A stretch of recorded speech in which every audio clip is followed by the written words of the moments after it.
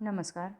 ધોરણ 10 science and ટેકનોલોજીના પ્રકરણ 7 નિયંત્રણ અને સંકલનમાં ગુજરાત માધ્યમિક શિક્ષણ બોર્ડ દ્વારા પ્રકાશિત પૂરક સાહિત્ય હોમ લર્નિંગનું આપણે સોલ્યુશન કરીએ છીએ.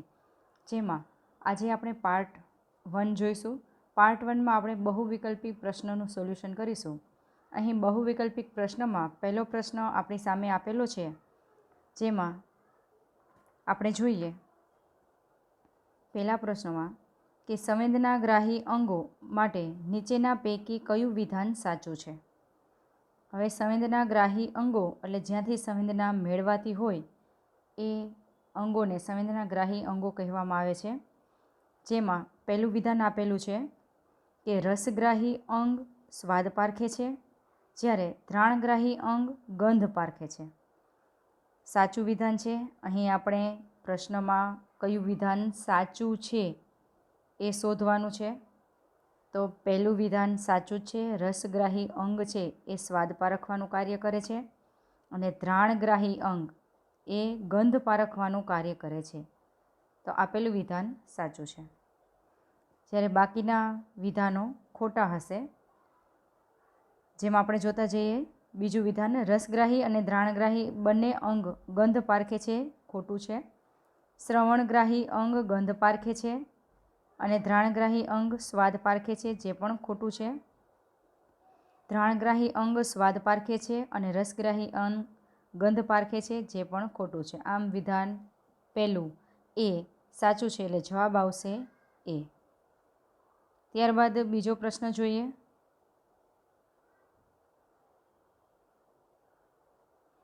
બીજા પ્રશ્નમાં આપેલું છે ચેતાકોષમાં વીજ આવેગ એટલે કે ઉર્મિવેગનું વહન કયા માર્ગે થાય છે. ચેતાકોષની વાત કરી છે એટલે આપણા મગજમાં ચેતાકોષની આકૃતિ યાદ આવી જોવી જોઈએ. જેમાં કોષ કેન્દ્ર બાદ અહીંથી કોષકાય, અક્ષતંતુ, આ તેના શિખાતંતુ, આ એક ચેતાકોષ છે. અહીં ઉર્મિવેગનું વહન સૌપ્રથમ શિખાતંતુમાંથી કોષકાયમાં જાય છે, આ શિખાતંતુ. ત્યારબાદ અહીં કોષકાયમાં જાય છે બીજા નંબર ઉપર. ત્યારબાદ ત્રીજા નંબર ઉપર ચેતાક્ષ કે જેને અક્ષતંતુ કહેવાય છે તેમાં જાય છે. અને ત્યારબાદ અહીં જે છેડાનો ભાગ છે તેને ચેતાંત કહેવામાં આવે છે. એટલે આ ચોથા નંબર ઉપર ચેતાંત ઉપર જાય છે. આમ તેનો માર્ગ અક્ષતંતુ, શિખાતંતુ, ત્યારબાદ કોષકાય, ત્યારબાદ ચેતાક્ષ અથવા તો જેને અક્ષતંતુ પણ કહેવામાં આવે છે, અને ત્યારબાદ ચેતાંત. આપણે જોઈએ તેમાં તો અહીં 4 વિધાનો આપેલા છે, જેમાં શિખાતંતુથી જ શરૂઆત થાય છે. તો શિખાતંતુવાળા 2 વિધાન આપેલા છે, પહેલું અને ત્રીજું સી, એ અને સી. જેમાં એમાં આપેલું છે શિખાતંતુમાંથી ચેતાક્ષ, તો અહીં ખોટું છે. શિખાતંતુ ત્યારબાદ આ જે વચ્ચેનો છે ને કોષકાય કહેવામાં આવે છે, કોષકાયમાં જાય છે, માટે આપેલું વિધાન ખોટું. ત્યારબાદ સીમાં જોઈએ શિખાતંતુમાંથી કોષકાય, કોષકાયથી ચેતાક્ષ અને ચેતાક્ષથી ચેતાંત. બિલકુલ સાચું છે. અહીં શિખાતંતુ આપેલા છે, ત્યારબાદ આ કોષકાય, ત્યારબાદ આ ચેતાક્ષ અને ત્યારબાદ આ ચેતાંત. એટલે સી વિધાન સાચું છે, જ્યારે બાકીના વિધાનો ખોટા છે. એટલે આપણો જવાબ આવશે વિધાન સી. ત્યારબાદ ત્રીજો પ્રશ્ન જોઈએ, જેમાં ચેતોપાગમમાં રાસાયણિક સંકેતોનું વહન કયા માર્ગે થાય છે. અહીં ચેતોપાગમની વાત કરેલી છે, તો ચેતોપાગમ માટે પણ આકૃતિ આપણે તરત જ યાદ આવી જવી જોઈએ. જેમાં ક્રમિક 2 ચેતાકોષો વચ્ચેનો નાનો અવકાશ હોય તેને ચેતોપાગમ કહે છે. આપણે આકૃતિ દોરીને જોઈએ. આ એક ચેતાકોષ, આ એના ચેતાંત, ત્યારબાદ અહીંથી બીજો ચેતાકોષ, એના શિખાતંતુ,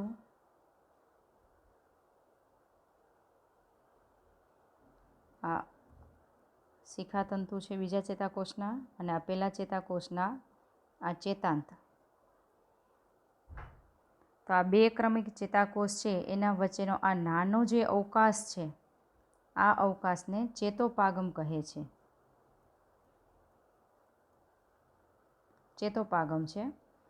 હવે સંકેતોનું વહન કયા માર્ગે થાય છે? તો આપણે જોઈએ કે ચેતોપાગમની અંદર સંકેતોનું વહન તો અહીં ચેતાંત જે છે એ ચેતાંતથી આ ચેતાંત હોય ત્યાં સુધી જે ઉર્મિ વેગ છે એ વીજ આવેગ સ્વરૂપે હોય છે. ચેતાંત પાસે પહોંચ્યા બાદ અહીંથી વીજ ઉર્મિ વેગ છે એ રાસાયણિક જે પદાર્થ છે એમાં રૂપાંતર તેનું થાય છે, એટલે કે રાસાયણિક સંકેતોમાં તેનું રૂપાંતરણ થાય છે અને એ રસાયણ છે આ ચેતોપાગમમાંથી પસાર થાય છે ત્યારે ત્યાર પછીના શિખાતંતુ છે એ તેમને ફરીથી અહીં વીજ આવેગ સ્વરૂપે એનું રૂપાંતરણ કરે છે. તો ચેતોપાગમની અંદર થતું જે રાસાયણિક સંકેતોનું વહન છે તેનો માર્ગ ચેતાંત અને ચેતાંતથી ત્યાર પછીના ચેતાકોષના શિખાતંતુનો ભાગ છે એ બેનો સમાવેશ થાય રાસાયણિક સંકેતોનું વહન માટે.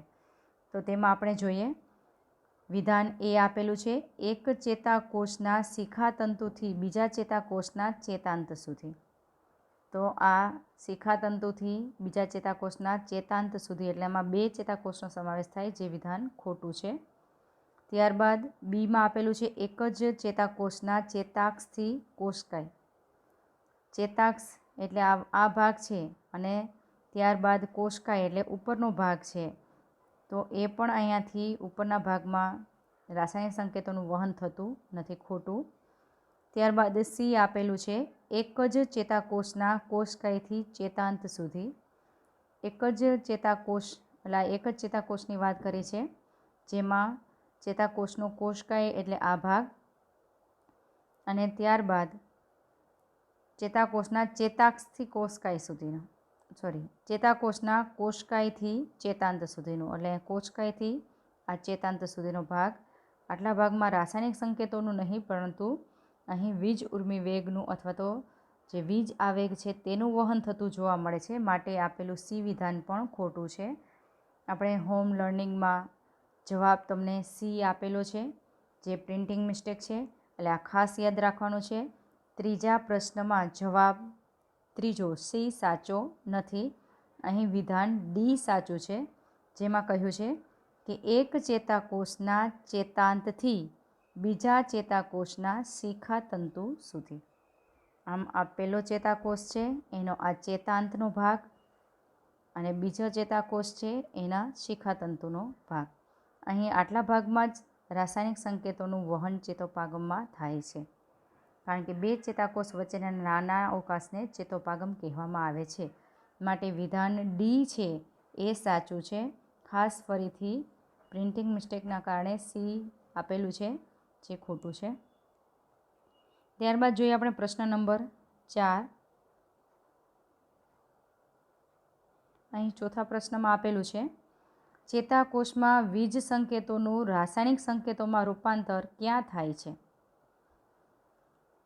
આપણે હમણાં જ આકૃતિ દોરી અને જોઈ ગયા કે ચેતાકોષમાં વીજ સંકેતોનું રાસાયણિક સંકેતોમાં રૂપાંતરણ જે સંકેતોનું રૂપાંતરણ છે એ ચેતાંતમાં થતું જોવા મળે છે. આપણે આકૃતિ હમણાં જ ઉપર ડ્રો કરેલી હતી. શિખાતંતુથી લઈને ચેતાંત જે ચેતાક્ષ છે ત્યાં સુધી વીજ આવેગ સ્વરૂપે ઉર્મિવેગનું વહન થાય છે. ત્યારબાદ ચેતાંતમાં આ વીજ આવેગ છે એ રાસાયણિક સંકેતોમાં રૂપાંતર એટલે કે રસાયણમાં તેને ફેરવી નાખે છે, માટે રાસાયણિક સંકેતોમાં રૂપાંતરણ તેનું ચેતાંતમાં થતું જોવા મળે છે. જવાબ આવશે બી. ત્યારબાદ પાંચમા પ્રશ્નમાં પરાવર્તી કમાનના ઘટકોનો સાચો ક્રમ કયો છે? પરાવર્તી કમાનની વાત આવે એટલે ફરીથી તેની આકૃતિ છે એ પણ આપણે યાદ આવી જવી જોઈએ. પરાવર્તી કમાનમાં આપણે જોઈ ગયા કે કરોડરજ્જુ છે એ મહત્ત્વનો ભાગ ભજવે છે. અહીં મગજ છે એ આરામમાં હોય, બીજા કંઈ કામમાં વ્યસ્ત હોય અથવા તો બેધ્યાન અવસ્થામાં હોય ત્યારે જે રચના થાય છે એ પરાવર્તી કમાન દ્વારા થાય છે. જેમાં અહીં આપેલી છે એ સંવેદી ચેતા છે અને આ માહિતી લાવતી એ ચાલક ચેતા છે. અહીં આપણે હાથનો ભાગ જો દોરીએ તો જોઈએ કે સંવેદનાગ્રાહી અંગ હાથ, કોઈ પણ ઈજા થઈ હોય હાથમાં તો એ સંવેદનાગ્રાહી અંગ છે. અહીંથી સંવેદના છે, આ સંવેદી ચેતા છે. આ સંવેદી ચેતા દ્વારા સંવેદના કરોડરજ્જુમાં જાય છે. આ કરોડરજ્જુ આપેલું છે અને એ કરોડરજ્જુમાં કરોડરજ્જુ છે માહિતી ચાલક ચેતાને આપે છે. એટલે અહીં જે આ વાત છે આ ચાલક ચેતાની છે. આ ચાલક ચેતાને માહિતી આપે છે. ત્યારે ચાલક ચેતા છે એ અહીં આપણે સ્નાયુઓને કાર્ય કરવાનું કહે છે અને જેથી હાથ છે એ ત્યાંથી આપણે દૂર લઈ લઈએ છીએ. એટલે આ જે છે એ સ્નાયુનો ભાગ છે હાથના. તો આખો જે ક્રમ છે એ આપણો ક્રમ આ રીતે થશે. આ સંવેદનાગ્રાહી અંગ છે, જ્યાંથી સંવેદના આપણે જાણ થઈ. એ સંવેદનાગ્રાહી અંગ છે એ સંવેદના સંવેદી ચેતા દ્વારા કરોડરજ્જુને પહોંચાડશે. કરોડરજ્જુ અહીં ચાલક ચેતાને માહિતી આપશે, જેથી ચાલક ચેતા છે એ માહિતી લઈ અને સ્નાયુને પહોંચાડશે. તો આ રીતે એનો ક્રમ જોવા મળે છે. જેમાં આપણે જોતા જઈએ, વિધાન એમાં સંવેદનાગ્રાહી અંગથી સ્નાયુ એ ખોટું છે, કારણ કે સંવેદના અંગ સૌથી પ્રથમમાં આવે છે અને સ્નાયુ એ સૌથી છેલ્લા ક્રમમાં આવે છે. તો અહીં બીજા ક્રમમાં આપેલું છે માટે ખોટું. બીમાં સંવેદનાગ્રાહી અંગથી ચાલક ચેતા, એ પણ ખોટું. સંવેદનાગ્રાહી અંગથી સંવેદી ચેતા આવે, ત્યારબાદ કરોડરજ્જુ અને ત્યારબાદ ચાલક ચેતા આવે છે. તો આ પણ ખોટું. સી છે સંવેદનાગ્રાહી અંગથી કરોડરજ્જુ, તો એ પણ ખોટું. સંવેદનાગ્રાહી અંગ ત્યારબાદ સંવેદી ચેતાનો સમાવેશ થાય છે. ત્યારબાદ સંવેદનાગ્રાહી અંગથી ડીમાં આપેલું છે સંવેદનાગ્રાહી અંગથી સંવેદી ચેતા, ત્યાંથી કરોડરજ્જુ, ત્યાંથી ચાલક ચેતા અને ત્યાંથી સ્નાયુ. આ વિધાન સાચું છે. તો આપણો જવાબ છે 5, જેમાં ડી.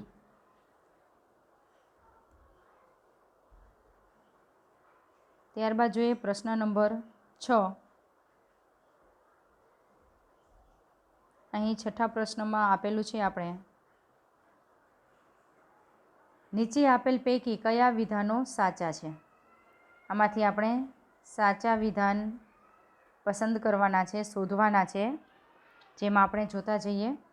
પહેલું છે, કોઈ પ્રત્યે આકસ્મિક રીતે આપવામાં આવતા પ્રતિચારને પરાવર્તી ક્રિયા કહે છે. સાચું વિધાન છે આ.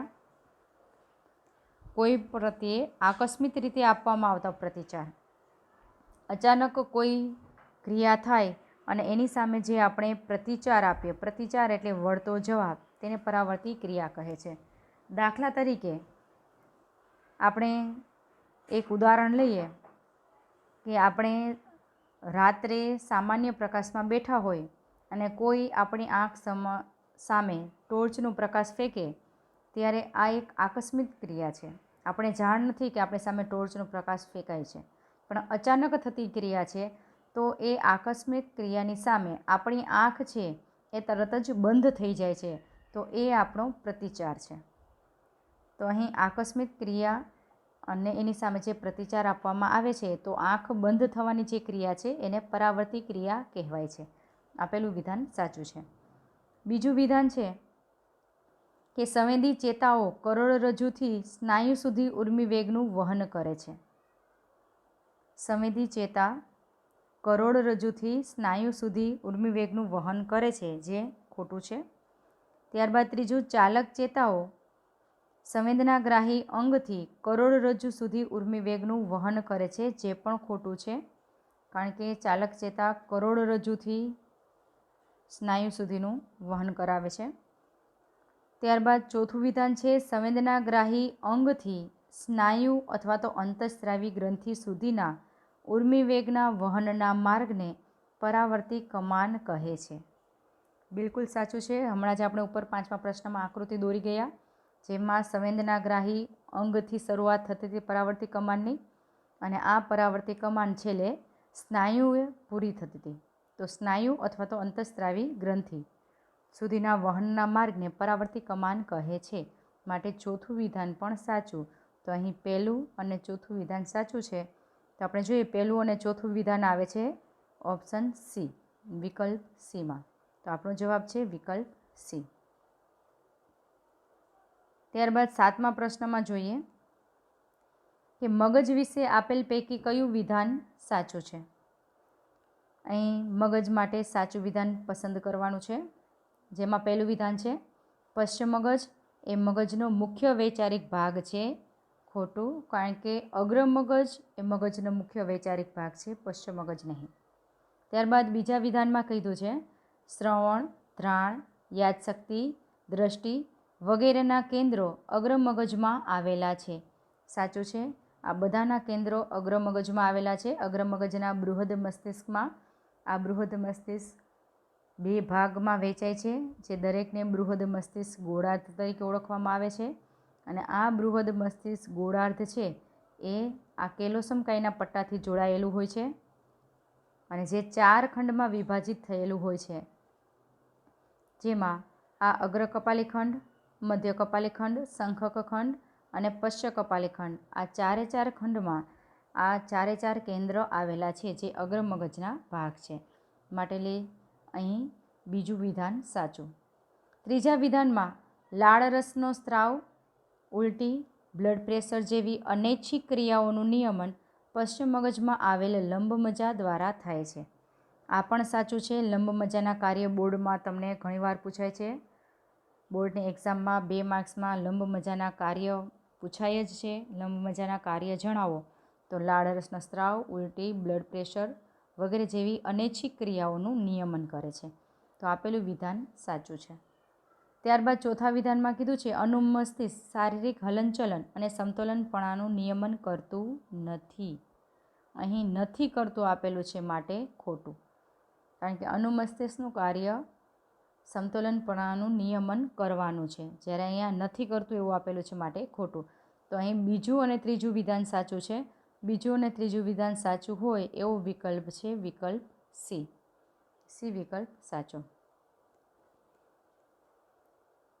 ત્યારબાદ આપણે જોઈએ પ્રશ્ન નંબર 8. 8મા પ્રશ્નમાં કહ્યું છે શારીરિક હલનચલન અને સમતોલનપણાનું નિયમન ખાલી જગ્યા દ્વારા થાય છે. હમણાં જ આપણે 7મા પ્રશ્નમાં વાત કરી ગયા કે હલનચલન અને સમતોલનપણાનું નિયમન હંમેશા અનુમસ્તિષ્ક દ્વારા થાય છે. વિધાન બી સાચું છે. અહીં ઘણી વખત બોર્ડમાં પૂછાયેલો 1 માર્કનો પ્રશ્ન અનુમસ્તિષ્કનું પૂછાય જ છે.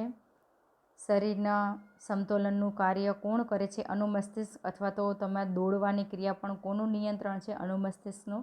ડાન્સિંગ કરવાનું, તમે પેનથી સારા અક્ષરે લખી શકો છો, તેના માટે જવાબદાર પણ અનુમસ્તિષ્ક છે, કારણ કે બેલેન્સ રાખીને આપણે લખવાની એક કળા છે. તો ચાલવાની, દોડવાની, ડાન્સિંગની, સાયકલિંગની, લખવાની આ જે ક્રિયાઓ છે એ અનુમસ્તિષ્ક દ્વારા થતી જોવા મળે છે. 9મા પ્રશ્નમાં કહ્યું છે કરોડરજ્જુ શામાંથી નીકળે છે? આકૃતિ દોરીએ એટલે તરત જ આપણે યાદ રહી જશે. મગજ અને મગજનો પાછળનો ભાગ છે જેને લંબમજા કહેવાય છે. આ લંબમજા પછી અહીં કરોડરજ્જુ છે એની શરૂઆત થાય છે. તો લંબમજા છે એ જગ્યાએથી કરોડરજ્જુ નીકળતું જોવા મળે છે. આ મગજનો ભાગ છે અને આ કરોડરજ્જુનો ભાગ છે. તો મગજ અને કરોડરજ્જુ છે એ અહીં લંબમજાનો છેલ્લો ભાગ છે. મગજનો છેલ્લો ભાગ લંબમજા છે અને લંબમજા પછી કરોડરજ્જુની શરૂઆત થાય છે, માટે કરોડરજ્જુ લંબમજામાંથી નીકળે છે તેમ કહી શકાય. તો જવાબ આવશે બી, લંબમજા. 10મા પ્રશ્નમાં કહ્યું છે આપણે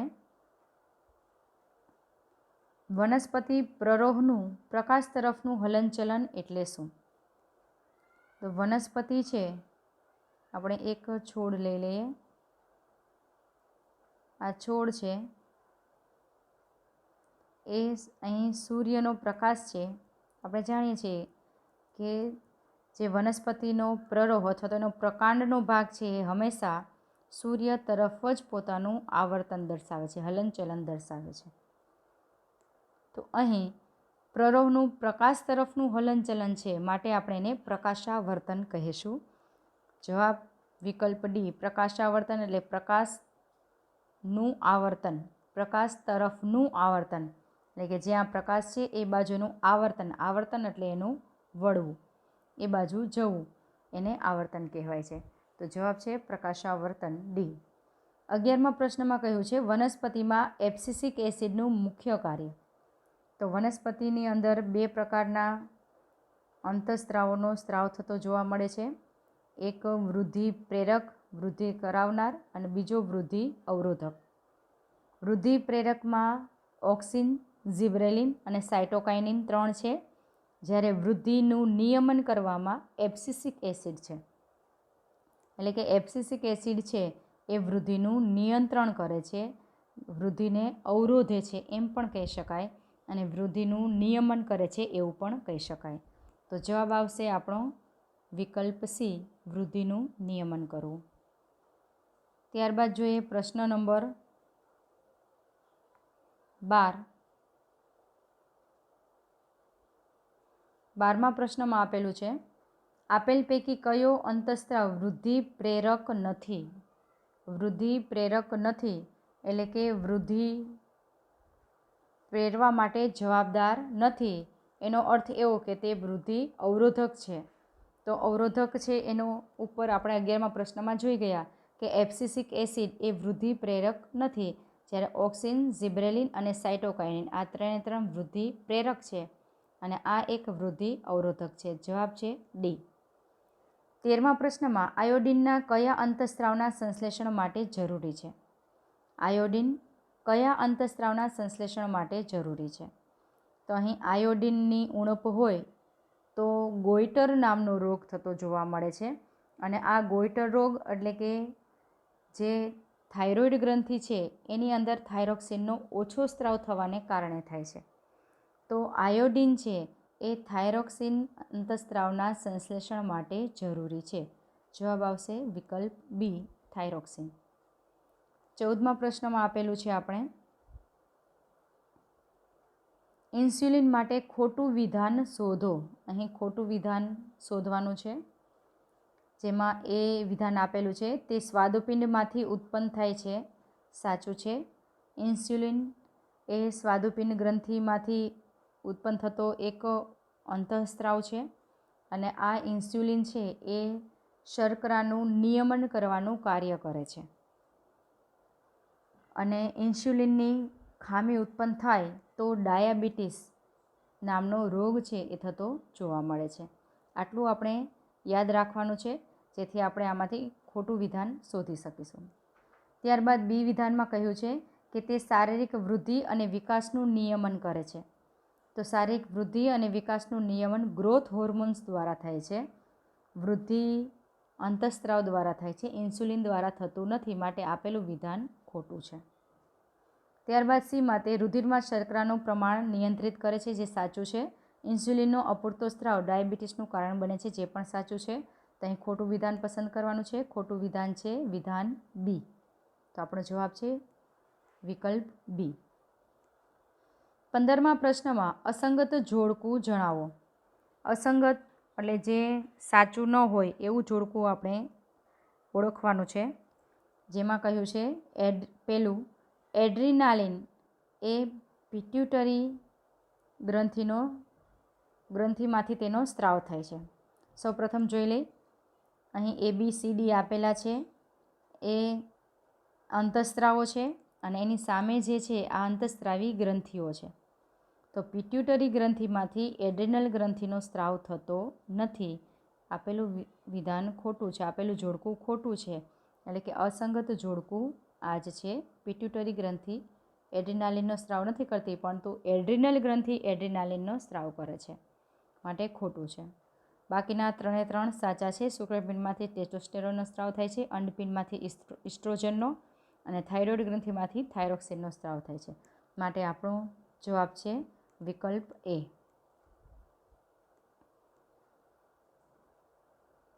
16મા પ્રશ્નમાં આપેલું છે રક્ષક કોષના આકારમાં થતો ફેરફાર ખાલી જગ્યાના કારણે હોય છે.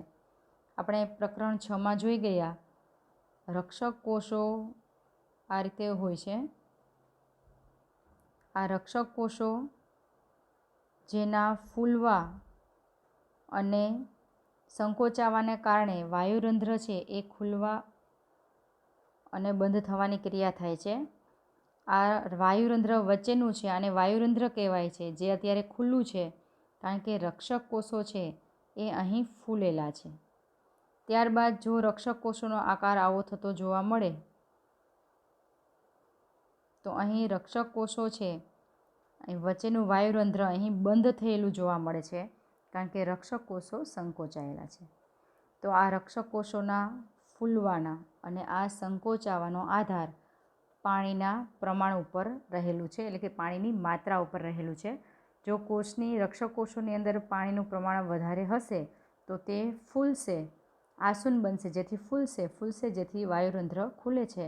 અને જો રક્ષક કોષોની અંદર પાણીનું પ્રમાણ ઓછું હશે તો તે આ રીતે સંકોચાશે જેથી વાયુરંધ્ર બંધ થાય છે. તો આમ રક્ષક કોષોના આકારમાં જે ફેરફાર થાય છે એ પાણીની માત્રાના આધારે છે. તો જવાબ આવશે વિકલ્પ સી, કોષમાં પાણીની માત્રા. ત્યારબાદ 17મો પ્રશ્ન જોઈએ. 17મા પ્રશ્નમાં આપેલું છે, વટાણાના છોડના સૂત્રોની વૃદ્ધિ કોના કારણે થાય છે? વટાણાના છોડના સૂત્રોની વૃદ્ધિ, વટાણાના છોડ એના વેલા હોય છે, વટાણાના વેલામાં આપણે જોઈએ છીએ કે આવા સૂત્ર જોવા મળે છે. વેલાની અંદર અહીંથી જે પર્ણ નીકળતા હોય એમાંથી અહીં સૂત્રો આવા નીકળતા હોય છે. તો આ જે આ સૂત્રાંગો છે એની વૃદ્ધિ કોના કારણે થાય છે તે આપણે અહીં કહેવાનું છે. તો ખાસ તેના માટે પણ આપણે યાદ કરી લઈએ કે શેના કારણે આ વૃદ્ધિ થતી જોવા મળે છે. કે અહીં સૂત્રમાં એવા કોષોનું તીવ્ર વિભાજન થાય છે કે જે આધાર કોષોથી દૂર રહેલા છે. અહીં સૂત્રો છે એ હંમેશા આધાર સાથે વીંટળાયેલા રહે છે. આ એક લાકડી છે અથવા તો એક દોરી છે એવું માની લે, એની સાથે આ સૂત્રાંક છે એ આ રીતે વીંટળાય છે. તો અહીં જે કોષો છે એ જે આધાર સાથે જોડાયેલા છે એ કોષોની વૃદ્ધિ ઓછી થાય છે, જ્યારે એનાથી દૂર રહેલો જે ભાગ છે, આ એનાથી દૂર રહેલો ભાગ છે, આવા જે કોષો છે એની વૃદ્ધિ વધારે થાય છે અને તેના કારણે તેની વૃદ્ધિ થતી જોવા મળે છે. તો તેના માટે આપણે જોઈએ, પહેલું છે પ્રકાશની અસરથી, જે ખોટું છે. ગુરુત્વાકર્ષણની અસરથી, જે પણ નથી. ત્રીજું આપેલું છે કે સૂત્રમાં આવેલા કોષોના તીવ્ર વિભાજનથી જે આધાર કોષને, અહીં આપેલું છે આધાર કોષથી દૂર છે, જે આધાર કોષથી દૂર છે માટે આપેલું વિકલ્પ સાચો છે.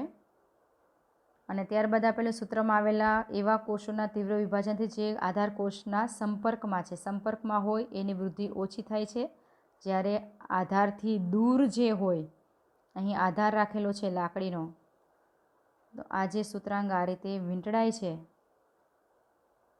ત્યારે આધારની જે નજીકનો ભાગ છે આ ભાગનું અહીં કોષ વિભાજન ઓછું થાય છે, જ્યારે એનાથી દૂર રહેલો આ જે ભાગ છે એનું વિભાજન વધુ થાય છે, જેથી કરીને તેની વૃદ્ધિ થતી જોવા મળે છે.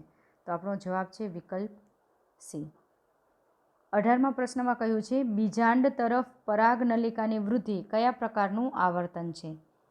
બીજાંડ તરફ પરાગનલિકાની વૃદ્ધિ, એના માટે પણ આકૃતિ આપણા મગજમાં યાદ આવી જવી જોઈએ.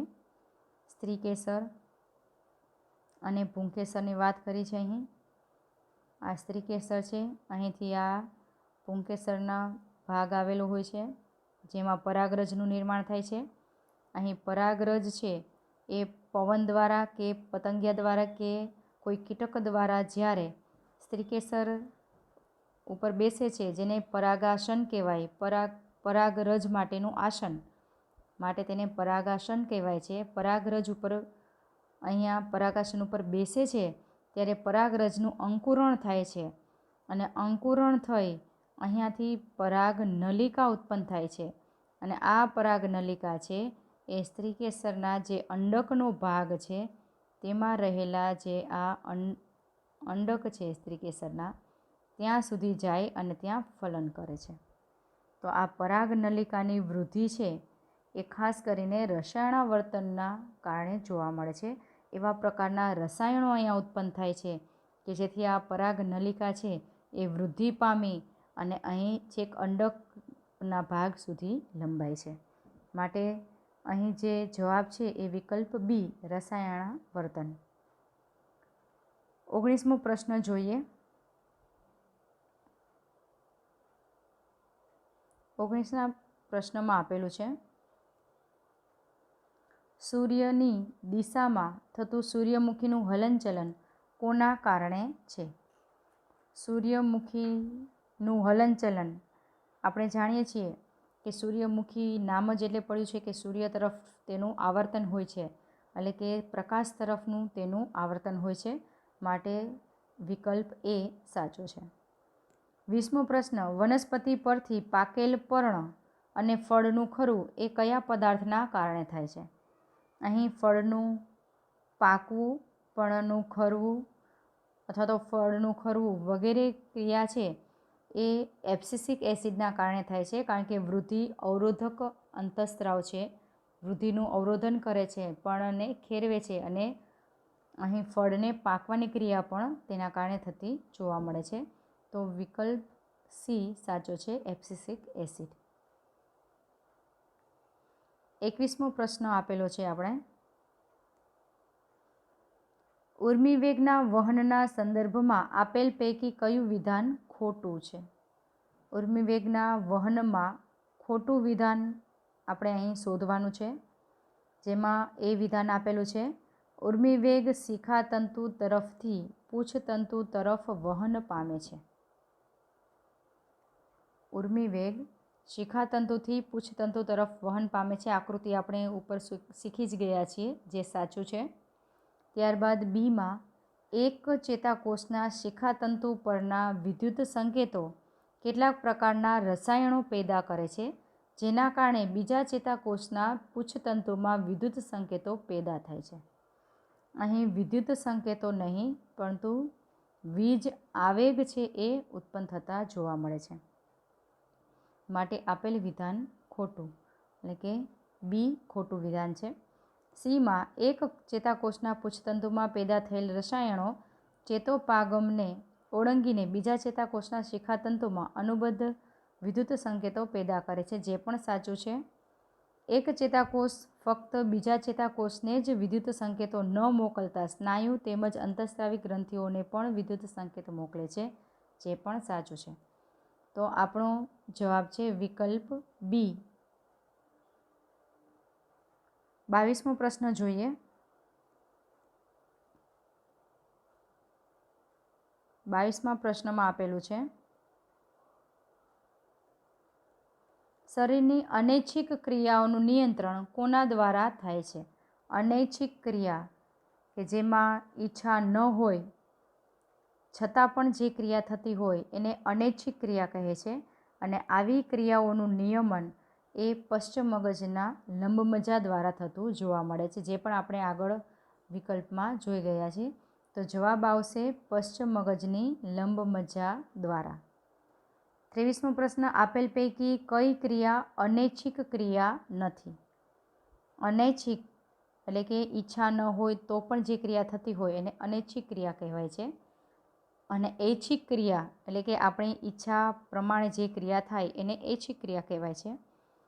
જેમાં પહેલું છે ઉલટી. ઉલટી એ અનૈચ્છિક ક્રિયા છે. આપણે ઉલટી થવાની હોય, ગમે એટલું રોકવાની પ્રયત્ન કરીએ તો પણ ઉલટી થાય છે, એ અનૈચ્છિક ક્રિયા છે. શરીરને એને એ અનૈચ્છિક ક્રિયામાં એનો સમાવેશ થાય છે. ત્યારબાદ લાળ રસનો સ્ત્રાવ, જે પણ અનૈચ્છિક ક્રિયા છે. હૃદયના ધબકારા પણ અનૈચ્છિક ક્રિયા છે. જ્યારે ચાવવું એ ઐચ્છિક ક્રિયા છે. આપણે ખોરાક ખાતા હોઈએ એટલે ચાવીએ છીએ, પણ દવા પીતા હોય ત્યારે ચાવતા નથી, તેને સીધા ગળકી જઈએ છીએ, કારણ કે આપણે ખ્યાલ છે કે દવાને ચાવવામાં આવતી નથી તો કડવી લાગે છે, એટલે સીધું જ ગળકવાનું કાર્ય કરીએ છીએ. તો આ આપણી ઐચ્છિક ક્રિયા છે, ઈચ્છા પ્રમાણે થતી આ ક્રિયા છે. માટે ચાવવું એ ઐચ્છિક ક્રિયા છે. 24મો પ્રશ્ન, જો કોઈ વ્યક્તિને શરદી થઈ હોય તો શું પારખી નહીં શકે? શરદી થઈ હોય ત્યારે નાકના જે અસ્તર અંદરના ભાગનો જે ઉપરનું લેયર છે તેમાં આખું એક શ્લેષ્મ જે લેયર છે એ અહીં શરદીના કારણે આખું ભરાઈ ગયેલું હોય છે, એટલે કે એની ઉપર એક આખું લેયર જામી ગયું હોય છે, જેથી જે શ્લેષ્મનું લેયર છે એ અહીં ગંધ પારખી શકતું નથી.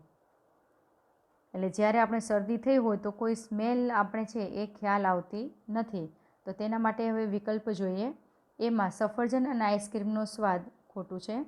અત્તર અને અગરબત્તીની સુગંધનો ભેદ આપણે પારખી શકતા નથી, જે સાચું છે, કારણ કે અહીં ગંધની ક્રિયા છે એ ઓછી થઈ જતી જોવા મળે છે, કારણ કે નાકના શ્લેષ્મની ઉપરના ભાગમાં એક લેયર જામી ગયું હોય છે, જેથી આપણે ગંધ પારખી શકતા નથી. ત્યારબાદ લાલ અને લીલા પ્રકાશનો ભેદ, જે પણ ખોટું છે. ગરમ અને ઠંડી વસ્તુનો ભેદ, એ પણ ખોટું છે. જવાબ છે વિકલ્પ બી. 25મો પ્રશ્ન.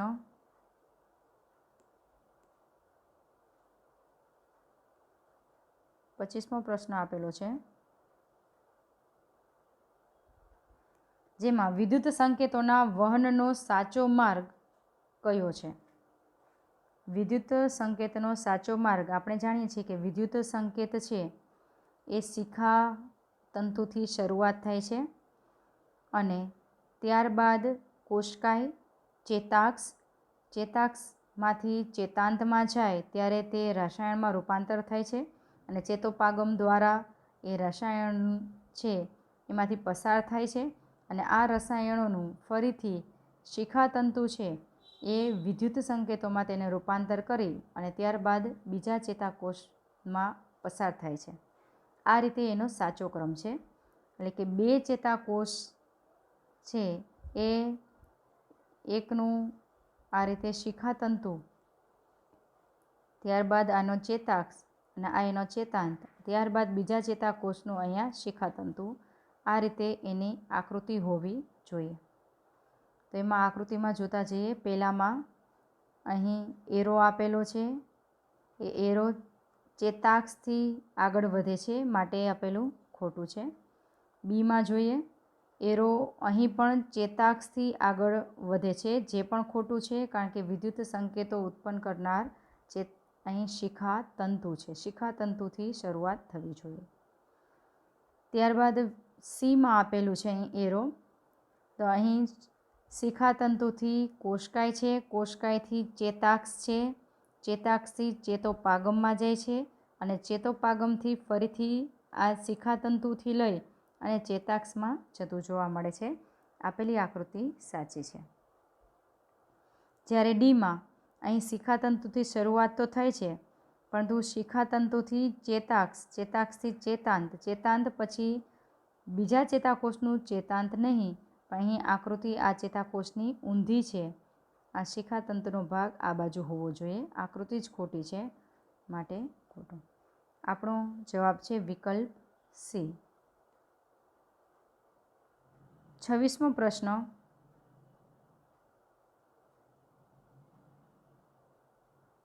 અહીં 26મા પ્રશ્નમાં આપેલું છે, થાઇરોક્સિન માટે આપેલ પૈકી કયું વિધાન સાચું નથી? થાઇરોક્સિન માટે સાચું વિધાન સાચું ન હોય, ખોટું હોય, એ આપણે શોધવાનું છે. થાઇરોક્સિન તો યાદ કરી લઈએ. થાઇરોઇડ ગ્રંથિમાંથી થાઇરોક્સિનનો સ્ત્રાવ થાય છે. આ થાઇરોક્સિન છે એ ચયાપચયની ક્રિયાનું નિયમન કરે છે અને થાઇરોક્સિનનો ઓછો સ્ત્રાવ હોય તો એ ગોઈટર નામનો રોગ થાય છે અને થાઇરોક્સિન માટે આયોડિન છે એ ખૂબ અગત્યનું છે. આટલી વસ્તુ આપણે થાઇરોક્સિન અથવા તો થાઇરોઇડ ગ્રંથિ માટે યાદ રાખવાની છે. હવે આપણે વિધાન જોતા જોઈએ. એમાં પહેલું વિધાન છે, થાઇરોક્સિનના સંશ્લેષણ માટે લોહ તત્વ આવશ્યક છે, જે ખોટું છે, કારણ કે લોહ તત્વ નહીં પરંતુ આયોડિન આવશ્યક છે, માટે આપેલું વિધાન ખોટું. તો અહીં કયું સાચું નથી એ પસંદ કરવાનું છે, તો જવાબ આવશે એ. બાકીના વિધાનો જોઈએ. તે શરીરમાં કાર્બોહાઈડ્રેટ, પ્રોટીન અને ચરબીના ચયાપચયનું કાર્ય કરે છે, સાચું છે. થાઇરોક્સિનના સંશ્લેષણ માટે થાઇરોઇડ ગ્રંથિને આયોડિનની આવશ્યકતા હોય છે, જે પણ સાચું છે. થાઇરોક્સિનને થાઇરોઇડ અંતઃસ્ત્રાવ પણ કહે છે, એ પણ સાચું છે. આપણો જવાબ છે વિકલ્પ એ. 27મો પ્રશ્ન, વામનતાનું કારણ શું છે? તો અહીં વામનતાનું કારણ વૃદ્ધિ અંતઃસ્ત્રાવના કારણે વામનતા ઉત્પન્ન થાય છે. પિટ્યુટરી ગ્રંથિ વૃદ્ધિ અંતઃસ્ત્રાવનો સ્ત્રાવ કરાવે છે, જેમાંથી બે પ્રકારના અહીં રોગ કહે તો એ રોગ ઉત્પન્ન થાય છે એમ કહી શકાય. પહેલો છે એ વિરાટકાયતા, જેમાં કદ ખૂબ મોટું થાય છે, અને બીજો છે એ વામનતા, વામનતામાં કદ નાનું થાય છે, જેમાં કદ ખૂબ નાનું હોય છે. તો અહીં વામનતાનું કારણ છે એ વૃદ્ધિ અંતઃસ્ત્રાવ છે, જેમાં આપેલું છે વૃદ્ધિ અંતઃસ્ત્રાવ, જેને ગ્રોથ હોર્મોન્સ પણ કહેવાય છે, જેના ઓછા અંતઃસ્ત્રાવના કારણે થતું જોવા મળે છે. તો જવાબ છે વિકલ્પ બી. વૃદ્ધિ અંતઃસ્ત્રાવ કે ગ્રોથ હોર્મોન્સનો ઓછો સ્ત્રાવ થવાને કારણે વામનતા ઉત્પન્ન થાય છે, જેમાં શરીરનું કદ નાનું હોય છે, ઠીંગણું હોય છે, અને જો અંતઃસ્ત્રાવનું પ્રમાણ વધુ સ્ત્રાવ થાય તો કદ મોટું થાય છે, અને જેને વિરાટકાયતા કહેવાય છે. આ ખાસ યાદ રાખવાનું છે. વામનતાનું ન પૂછાય તો વિરાટકાયતાનું પણ પૂછાય છે. તો વિરાટકાયતા એ વૃદ્ધિ અંતઃસ્ત્રાવના વધુ સ્ત્રાવ થવાને કારણે થાય છે. 28મો પ્રશ્ન, યુવાવસ્થાની પ્રારંભે શારીરિક લક્ષણોમાં થતા અગત્યના ફેરફારો મુખ્યત્વે કયા અંતઃસ્ત્રાવને કારણે થતા હોય છે? અહીં અંતઃસ્ત્રાવના કયા કારણે શારીરિક ફેરફાર થતા જોવા મળે છે તેની વાત કરે છે. તો ખાસ જો મેલ હોય એટલે કે નર હોય તો ટેસ્ટોસ્ટેરોન અંતઃસ્ત્રાવનો સ્ત્રાવ કરે છે શુક્રપિંડ ગ્રંથિ, જેના કારણે થાય છે.